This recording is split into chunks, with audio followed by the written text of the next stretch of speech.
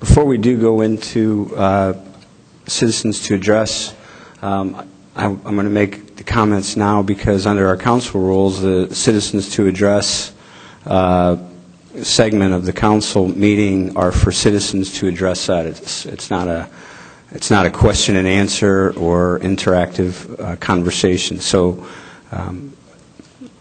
just so everyone knows, the process for citizens to address is for citizens to address us, and we will listen, and we won't. There's no reply area, and that's why I'm going to make these comments now rather than try to respond separately.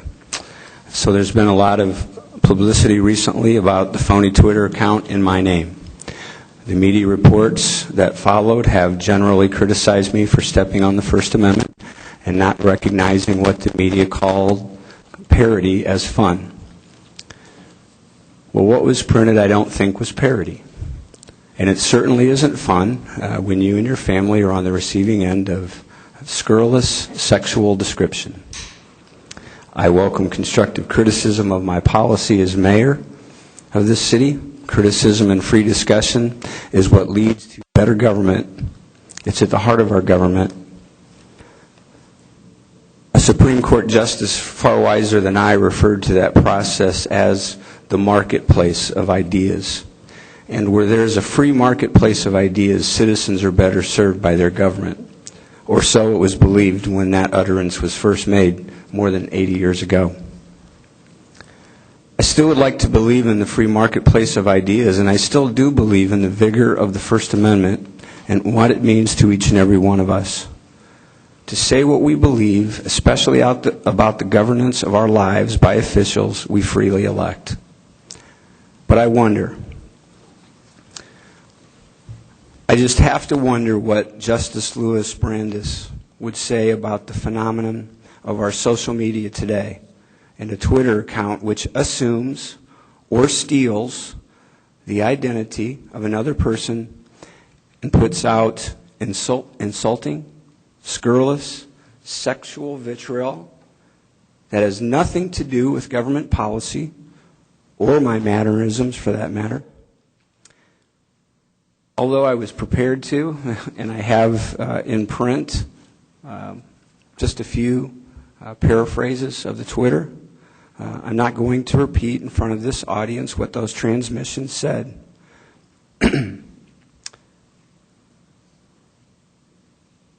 They went way over the line. And for anybody that hasn't seen them, I'd be glad to hand you a copy after the meeting.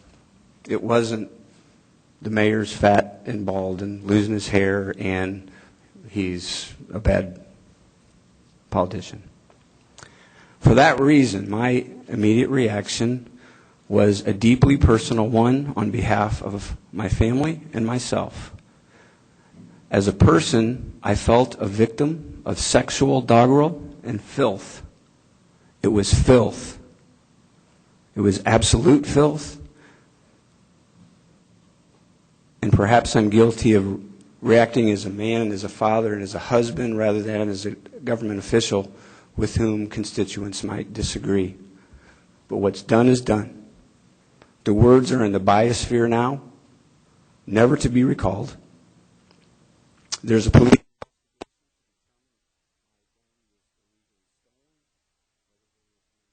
impersonation of a public official.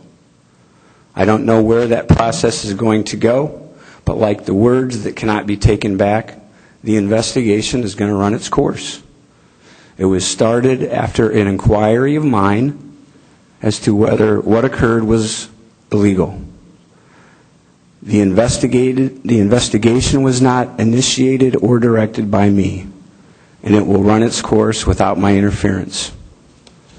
And this is not to say that we can't and shouldn't have a conversation about the larger issue here, even if it may be impossible to control by law the bounds of social media discourse.